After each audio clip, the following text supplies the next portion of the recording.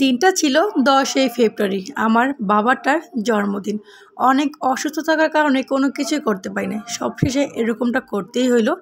তাহলে চলো শুরু থেকে শুরু করা যাক। হ্যালো এভরিওয়ান, আসসালামু আলাইকুম। সবাই কেমন আছো? আজকে সারাদিন খুবই অসুস্থ ছিলাম। আমি যে আমার ছেলের বার্থডেটা সেলিব্রেশন করব, আমার কোনো চিন্তা ভাবনা ছিল না, কারণ শরীরটা যে ভালো না। তো দুপুর 2টার দিকে আমার সোহান আমাকে বলতেছে, মা তুমি আমার বার্থডেতে কিছু করবা না, আমার জন্য তুমি কেক বানাইবে না? বিশ্বাস করো, যখনই আমার ছেলেটা এই কথাটা বললো, আর আমি একটা সেকেন্ডও ওয়েট করিনি, সঙ্গে সঙ্গে সবাইকে ফোন দিয়ে দাওয়াত দিলাম, প্লাস হচ্ছে আমি ছেলের জন্য কেকও বানাইলাম। যদিও সবটা শেয়ার করতে পারিনি। আর এই যে আজকে এই কেকটা বানাইছি আমার ছেলের পছন্দর। এই যে কেকের রোনাল্ডোনা কী বলে ভাই, বিশ্বাস করো আমার মুখে সেই কথাটা কিছুতেই আসে না। তো আমি যে ছবিগুলো ডাউনলোড দিয়ে নামাবো গুগল থেকে, সেই আমার কথাই গুগলে বোঝে না। আমার ছেলেকে বলি, বাবা তুমি ভয়েস দাও। আমার বাবার এই মুখের হাসিটার জন্য আজকে আমি এতটা কষ্ট করছি। সকাল থেকে কিন্তু আমার শরীরটা খুবই অসুস্থ ছিল, কিন্তু এই যে আমার বাবাটার মুখের হাসি, আর এই যে আমার মা আমার বাবা, মাশাল্লাহ ওদের দুজনের জন্য তোমরা সবাই অনেক অনেক দোয়া করো। আর সবাই এখানে অনেক অনেক আনন্দ করতেছিল।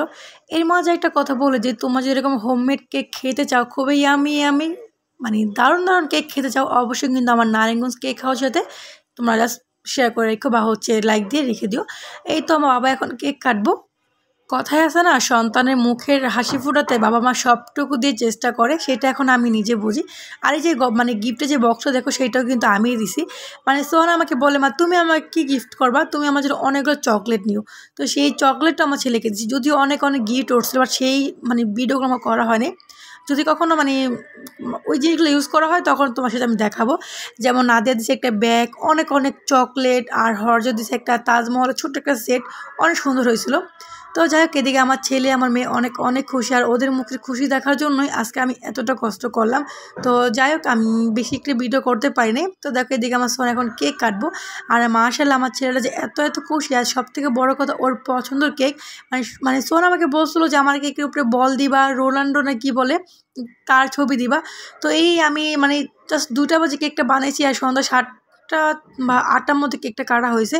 এর মধ্যে তাড়াহুড়ো করে আমি সব কিছু রেডি করছি আমার সন্তানের মুখের হাসি ফোটানোর জন্য।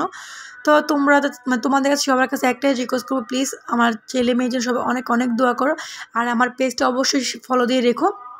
আর কিছু বলার নাই, কারণ আমি তো ঠিকমতো ভিডিও করতেই পারিনি। তো আর কি বলবো, আমি জানি না, হয়তো ভিডিও একটু উল্টাপাল্টা হয়েছে, কারণ 2 ফোন থেকে ভিডিও করা, তো যখন যে ভিডিওর সামনে ছিল সেই ভিডিও দিয়ে আমি ব্লগটা তৈরি করলাম। আর দেখো মাশাআল্লাহ আমার ছেলে আমার মেয়ে অনেক অনেক খুশি।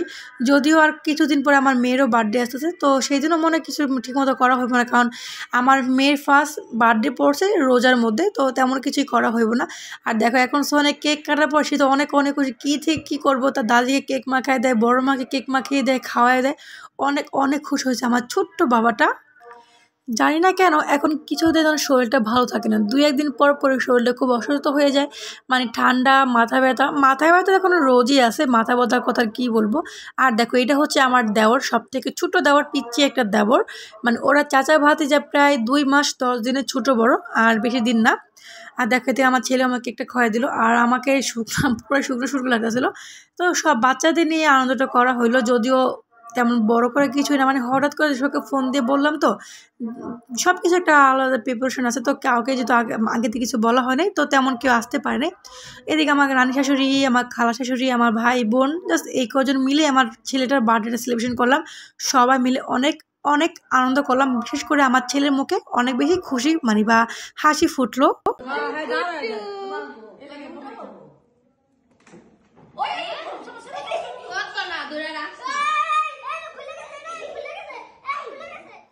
মাশাআল্লাহ আমার ছেলে আমার মেয়ে অনেক অনেক সুন্দর একটা সময় কাটাইলো।